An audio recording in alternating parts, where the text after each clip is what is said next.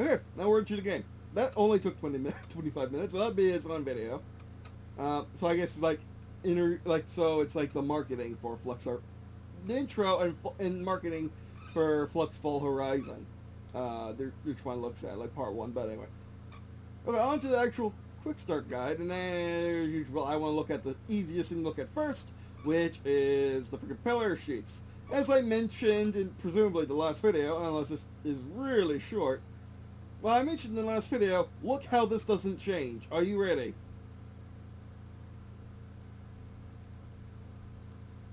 Yeah!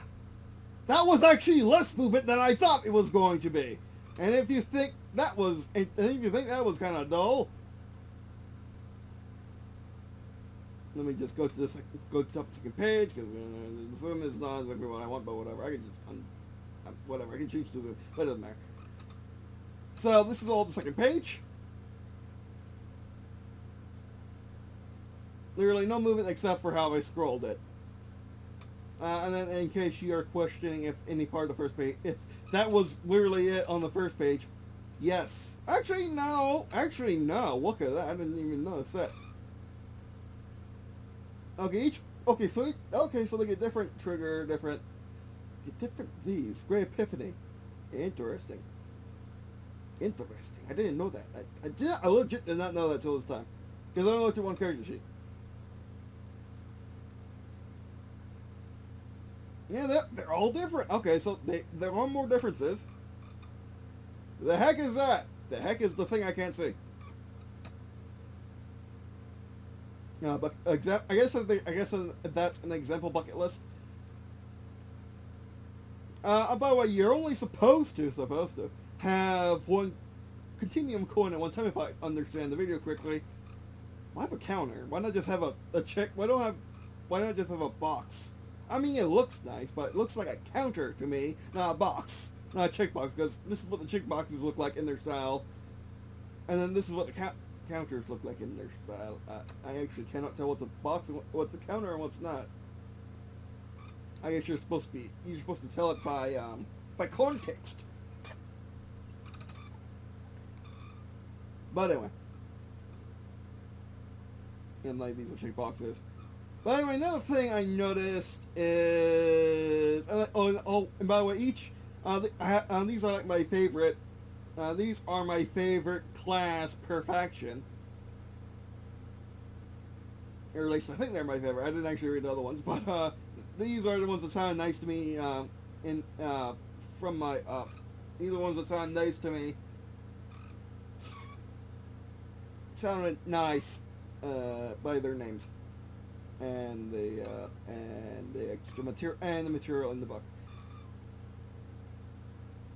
Mostly the planetologist sounds fun with the hypothesis. Upon entering New Earth, come up with the wildest theory possible about something unexplained. If the rest of the team believes it to be true, by the next glance, getting an epiphany.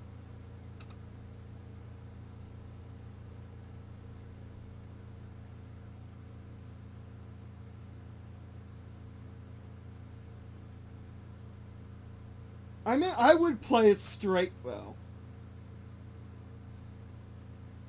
I mean, I guess what they're going for, they should really have there's no room to fit it, I don't think. There's no room to fit it, but, I would honestly play it straight. Like, I mean, okay. Let's postulate this. If I were to play a game with a GM who has played this game countless times and is used to playing colleges not playing it straight, but I played it straight, like I'm trying to figure out what the GM, I try to figure out what the GM wanted this world to be, pretty much, wanted the world we just stepped into to be. That should be what it is. It should be like, no, it should be like coming up with theory as to why this world, where this world branched off from the other worlds, from the baseline Earth, which I presume would be ours, our real one, where it branched off, or why this one thing's different. To use an example in the example that he gave, how I would explain a LARPing Earth Earths where LARPing was a major deal. I would explain that LARPing came about. LARPing came about as a response to war and violence. LARPing and LARPing organizations became big as a way to engage in a way to partake in war without actual violence, in a much fonder manner. Because much like the French in World War One, when you LARP, you get to wear your party hats all the time. Unlike in modern war, where you can wear your party hat, your big red with caps of a black lid, your party hats, but you really shouldn't. Unless you expect them to aim above your head and hit the cap, which some people actually think that's funny.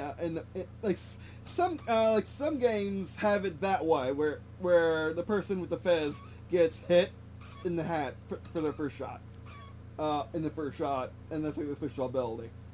I've seen that multiple times, so that's obviously a thing people think about. And of course, in first-person shooters, hitting the helmet pops off, it makes a funny sound, and then you get a headshot. Especially which came from Medal of Honor, which I think that's correct. It's more common nowadays, but it used to be just Medal of Honor that had that feature. But yeah, that would be fun. That would be fun to play straight. You're trying.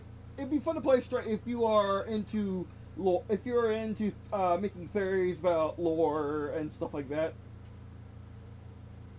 Lore of fictional IPs and try to make sense of it. That'd be fun for lore masters. And specials.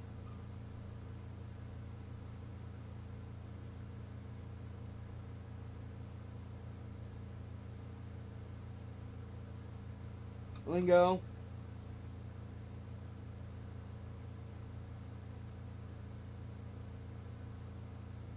Lingo is just some things you can say again. Some things that make that are more in character because the game doesn't have that much thick of lore because it's a light RPG system. At least at the current time of Wednesday, April 13th, 2020. Wait, today Friday the 13th? No, it's Wednesday. Okay, that's what I thought. The core moves.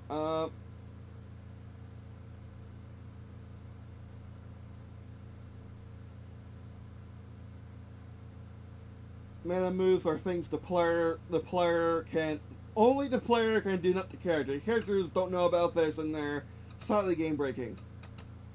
Quantum powers, if you start getting disentangled, you can pick one of these.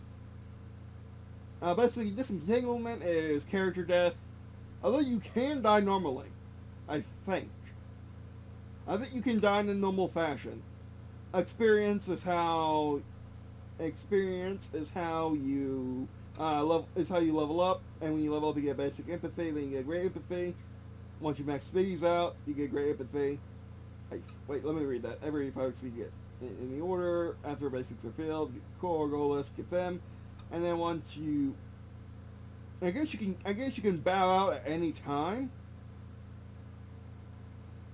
I guess, if I'm reading this right, I guess you can bow out with full core goal or fulfill core goal at any time.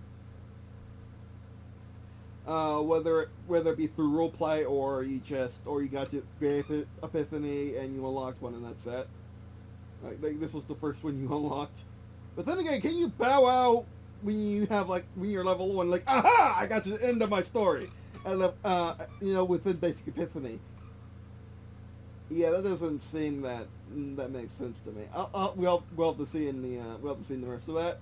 Core moves. Oh my word! I don't like this. It's similar, which by the way, we developed this completely differently. I didn't know about this guy until literally a few days ago when the heck is his name? Hold it. What is his name? What is his channel's name? It's running somewhere. Hold on.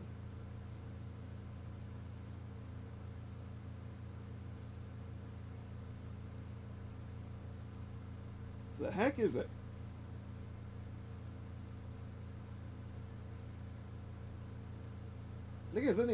I know there's 2 videos around here somewhere. Oh, nope. You didn't hear that? I'm pretty sure that's free music anyway. No, did I delete it? Delete it, jeez. I admit, I went through it. Oh, because it's beyond the screen. Okay. How to D&D, that's his name. How to D&D did a video about recommending, about just letting people recommend their favorite small, YouTubers that, their favorite small D&D YouTubers.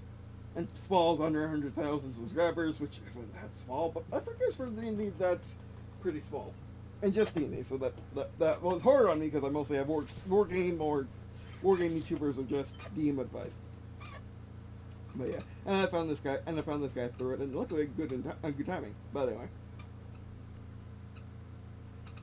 and I don't know how long he's been working on this, but I have a feeling it's longer than I've been working on Arbitrium and Arbitrium, my game, and I've had my game been posted to my public Google, which you can see in the description, since 2019. So yeah, I don't think it matters because we're both very open on copyright, I guess. I suppose. And besides, how he does core moves are completely different than mine. This is how I do core moves. They're basically only intended for the war game / combat. They're not really intended for narrative play or the RPG part. As you can see. Whereas this is just RPG. Like, good luck making a war game out of this. These are basically all your roles in the game. Again, I wish these were simplified. Like how I do all these power too. Oh, of course I do. Although they probably mean something different than I do with power. But yeah. But anyway. Anyway. Why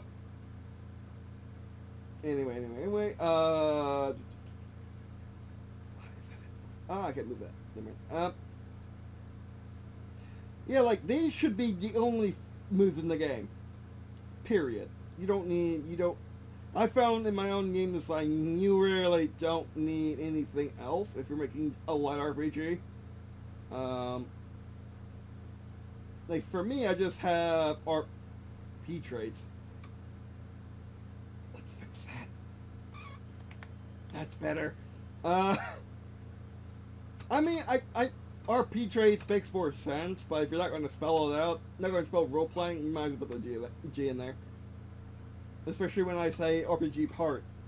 But anyway, so yeah, basically, this is, RPG traits is the only things you need to play the RPG. You don't need any Mokans, what I call my weapons and magic and whatever, because they have multiple moves in them. You just need these, and then these are your rolls, and they're all affected by traits, by the points in your traits.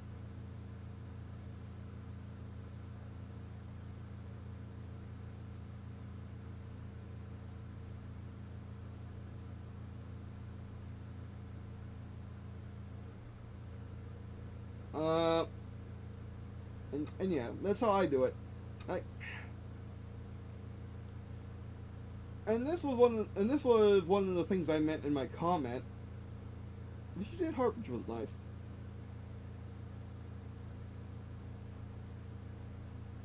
Like, I don't think it goes far enough into the transdimensional agent thing, and I think the rules feel too limiting to that end. It's in the wrong spot. And it feels too limiting to that end. Let me just make anyone go down here. Okay, let's read them. For once. And you get nice and close. Ah, it's better. Just make it bigger. Oh, by the way, I'm like 5 feet away from my monitor, and it's like a 30-inch. No, it's like a 24-inch monitor, so. Into 1080p, so yeah. And I wasn't reading it, but I think I'd read the rest of it, just this bit, no. Dive into danger when you confront or take serious risk of mental or bodily harm head on. Plus riding, rescuing. Okay. Sorry. Another General Daring Do. That's a word I've never heard before. Against any non-double or doppel. Oh, Daring Do, that must be just plain NPCs. And then double doppel or other characters that are like you but not. Because parallel universes and you're always on Earth. And it would make sense that there would be also other secret interdimensional secret agents that are also you.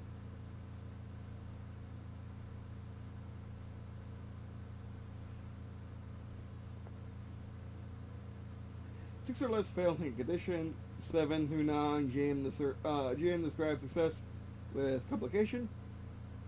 That's very limited.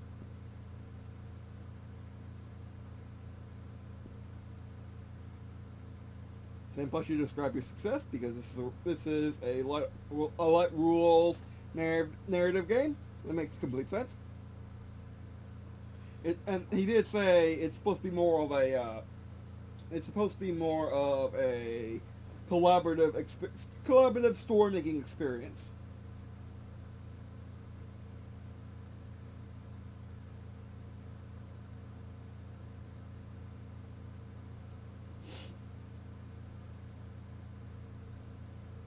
Two D6. Wait, that's only like 3, 6? What? What? I presume you're adding the face numbers together. You have to add the face numbers together to get this. Okay. I don't like that. I prefer the 1 4K method and most war games, let's be honest, method of you roll a dice and then you roll a bunch of dice and then you take the ones that rolled over a certain number as your win. And then the number of wins or successes are the ones you use. So like in this you'd be rolling like I presume I'd be rolling like 12 dice and then the GM says, oh, 3 plus, and then you get the result. But yeah, 6 for failing. It's a 50-50 chance, ain't it? Yeah, it's 50-50 chance. I don't know why it says 10 plus when you can only get 12. It should be 10 to 12, 6 to 1. But that's a bit confusing for me. Because it's not that bad. It's not D&D, that's for fact. But it's kind of it's only 50-50. Why roll? It's only 50-50. Why roll 2 dice? Why not roll on just 1? Or not? Why not use a D12 at that point, or a D20? I presumably can use a D12. I think I know why. Because D12s are popular right now. The poor D6s are always getting stumped on. And the dice set too, and the plain old just D20 and the percentiles. Don't like the percentiles to begin with. I mean, I like the percentiles, but yeah. Yeah, it's very sketchy here. But yeah, I'm pretty sure D12.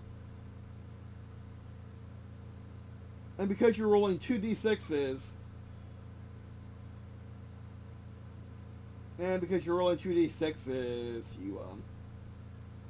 it's gonna be more swingy than just rolling 1 D12. Which power gets you more dice. One level equals 1 dice, I think, 1 D12. Presumably 2 D6, more 2 D6s. I don't know how many D6s you need, but yeah, you need a lot. But yeah, that really should just be a D12. Make it simpler. Actually, what it really should be, using the logic I used to make my game. Hello, my game. using which everyone affectionately just calls my game. Like my game because the game's a bit too long. I must admit, I just call it Trium myself half the time, most of the time. But that's like its long formal name. That's fine. That's fine. No one needs to know Canada's the Dominion. No one needs to know that. Just Canada, or that Mexico is also a U.S. No one needs to know that either. But yeah. Well, I guess what I would do is just 1d6, because why not? And just make that 50-50. So, what I would do... I mean, what I would presume what's going through... why they did it this way in particular, even though it looks terrible on paper. Like, a failure is half your dice, or a failure is half the numbers you can get, and a success is the other half. To be fair, if you start stacking it with other 2d6s, it will improve. But no, it won't. You just get more to describe your success. So I don't get this. Is getting levels in your, well, in this one would be movement. Is getting levels in your movement really that rare in this game? Is getting levels at all in this game, or points, as to use my own terminology, is getting points really all that rare in this game? Because apparently it's supposed to be. Reading this. Yeah, that seems like really rare. Honestly, that should just be combat. That should just say combat. Sneakeroo. When you tip the stuff, slip your fruit or quiet description. On any non-double doppel. There needs to be a better word for that. What do they call? It should be another. It should be on a non-player play sheet. Let's be honest. Oh, you actually, I was gonna say once you read one, you read them all. No, you don't, because some of them don't have you describe your success. Persuade, talk. It's talk. Let's be honest. Stickeroo is sneak. Demystify, when you hardly attempt to investigate. That's sense. Okay, some of them have different things for the thing, but they're either 2 or 3. Is there any that are 4? Any that are 4? Calling anyone that's a 4. Are all of them the same?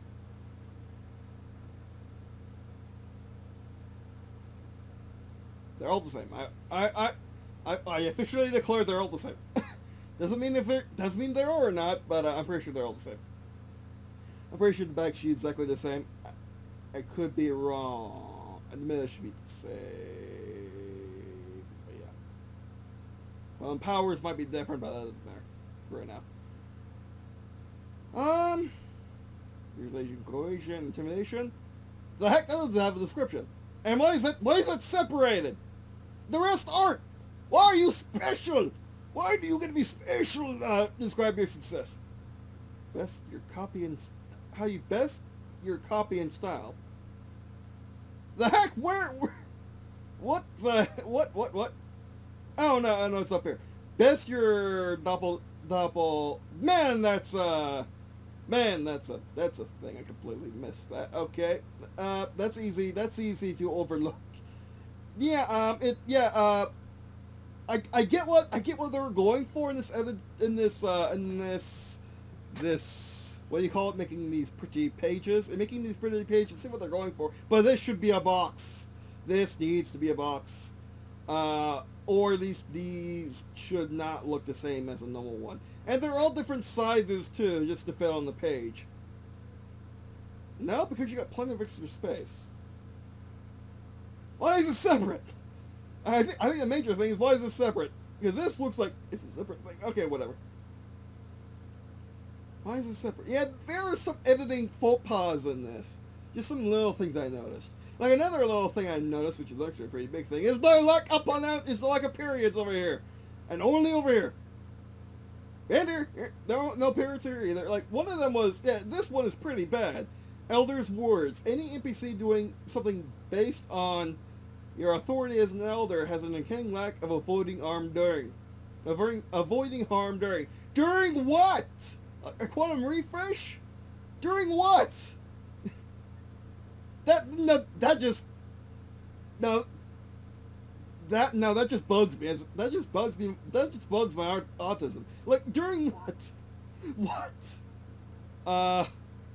I don't get that one at all. I don't get that one. In case you don't know, I am acting up my expressions because I'm a YouTuber.